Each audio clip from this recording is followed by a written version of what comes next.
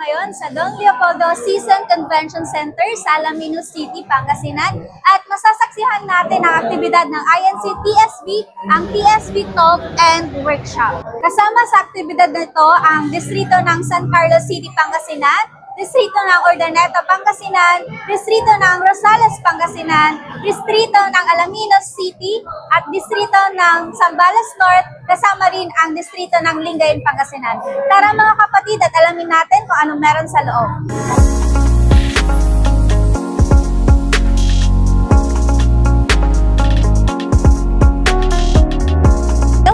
So, andito tayo ngayon sa Alaminos Convention Center at masasaksihan natin ang isang aktibidad ng Iglesia ni Cristo and interview tayo ng mga participants. Tara! Hello po kapatid! Ano pong pangalan nila? Ako po si kapatid na Kimberly May Janeta. Ang lokal po at anong distrito? Kami po ay taga-lokal ng Bugtong, distrito po ng San Carlos City, Pangasinan. Ayan, so sa aktibidad na ito, ano po yung inaasahan ninyo na mangyayari? Inaasahan po namin na mangyari ay may bagong kaalaman po kaming magagamit po sa ginagawa po namin pagtupad. Yun lang. Ayan mga kapatid, napakarami na nating delegates dito sa ating location sa Don Leopoldo Season Convention Center and makikita natin yung iba't ibang klase ng may tungkulin, especially ang TSB. Tara, puntahan natin yung kanilang mga booth. Ano pong pangalan nila?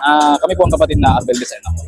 Saang lokal at distrito po? Mula po sa lokal po ng Binabalyan at distrito po ng Alaminos City, Pangasinan. Ano po ang role natin sa event na ito? Sa event na po ito, naganda po ang aming distrito dito po sa booth ng tutorial, application and integration tutorial po. Sa paggamit po ng mga tatlong pangunahing application na ginagamit po natin sa loob ng iglesia. Like ito pong OBS, WebEx, VLC application. Na sa pangunahing na ginagamit natin sa mga pagsamba, hindi lamang po ito na kundi sa mga malalaking aktibidad pa natin sa loob ng iglesia.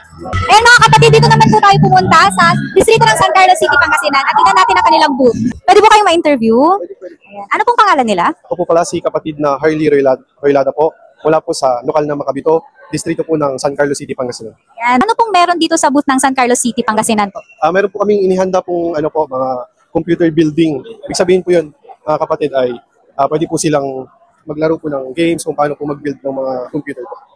Ano yung mga pwede nilang laruin na games po dito? Po ito sa kung ano po yung mga part po ng mga computer po. Diba po kung ano po yung gamit po ng CPU, HDD po, kung saan po ginagamit po ito, o kaya yun po yung mga RAM po.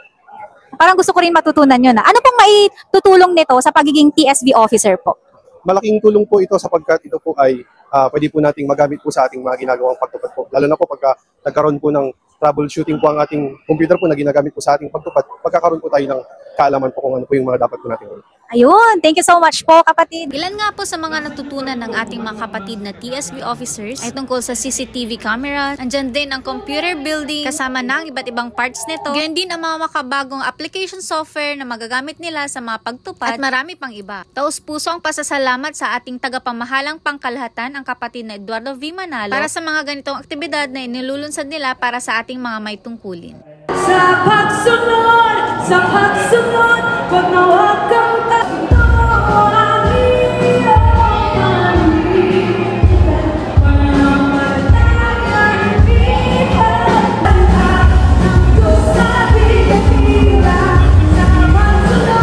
Sa pagsunod, pag nawag kang tatalikod, ito ang iyong panitan, pananampalataya,